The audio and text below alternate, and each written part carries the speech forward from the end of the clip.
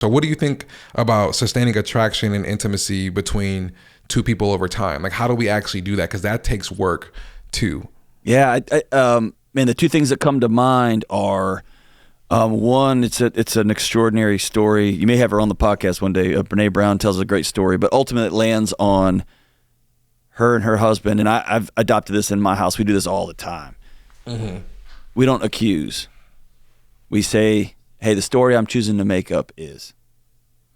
And if my wife's late getting home, she's never late. I'm the one who's always late. So let's be honest about this one. Like, I'm late getting home. My wife will say, hey, the story I'm choosing to make up is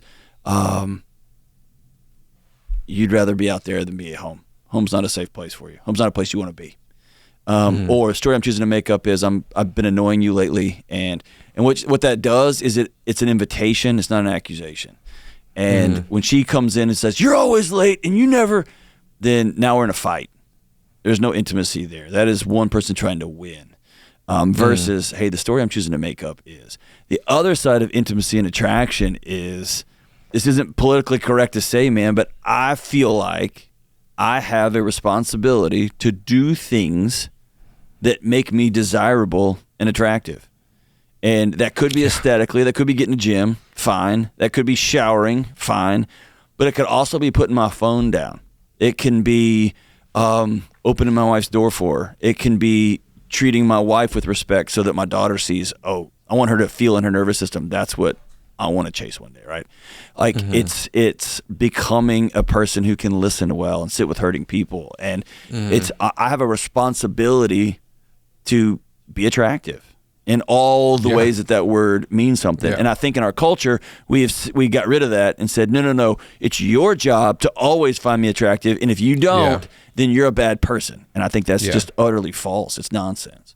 Yeah, 100%. I 100% agree with you, because I think, as a youngin, like, attraction is all looks. You know what I mean? But as you get older and you start to mature, you realize that you can look at somebody. I mean, you do this with friends all the time. You thought they're super cool and they did something to you. Next thing you notice everything about them that you don't like because they hurt you. Yeah. And ultimately, when we say I do, until death do us part, you're with that person until you die. When you have kids, you are with that kid until you die. That's right. When you have friends, when you have long-term friends, you are with them for as long as you want to be friends with them. You know what I'm saying? So our visions are changing of how we see these people, because we will hurt each other. That's what's going to happen.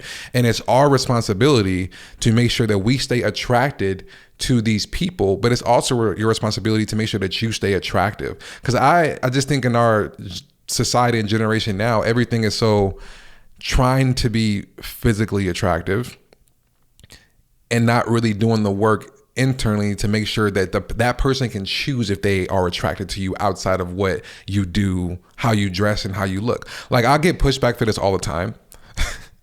But at the end of the day, like, when you meet someone, a partner, you're attracted by how they look first. I don't care. Like, you don't see into their soul and like, this is a beautiful person and they're not attracted to you, and next thing you know, you're married for 50 years. Like, no, you're attracted to them first. That's right. That eventually End of story. Yeah. Yeah, 100%.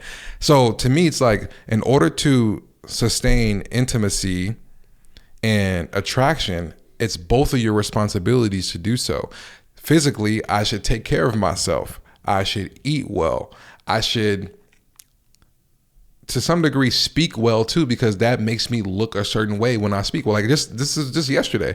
My wife is going up for a trip with her friend up in Florida. She hasn't done this in a long time. She was stressing about getting a hotel and it being expensive. And I said, hey, babe, take your time. Have a good time. You haven't done this in a long time. Like, go have a good time. That's attractive. Oh yeah, I know. My shirt just unbuttoned itself when you said that. Cedric, listen, that's attractive. You know what I'm saying? That's a presence, right? Okay. That's a presence. Okay. No, I feel you. And when she texted me back, to a little like happy crying emoji. I'm just like, oh wow. Like, typically my wife has a lot to say, and she didn't really have a lot to say. You know what I'm saying? She just had like an emotion that she wanted to express. Right. So I know that made me attractive by hearing her not really probably feeling good about leaving the kids. It's not really about the hotel. It's about actually leaving for the first time in a long time. Or sometimes a lot of wives and mothers like struggle with that worth question. What kind of mother leaves her kids? What kind of wife spends this kind of money? Right? My husband's unemployed now, man. He don't even have a job. He's trying to podcast. Like, we don't have any, you know what I'm saying? Like, and it comes down to the worth question.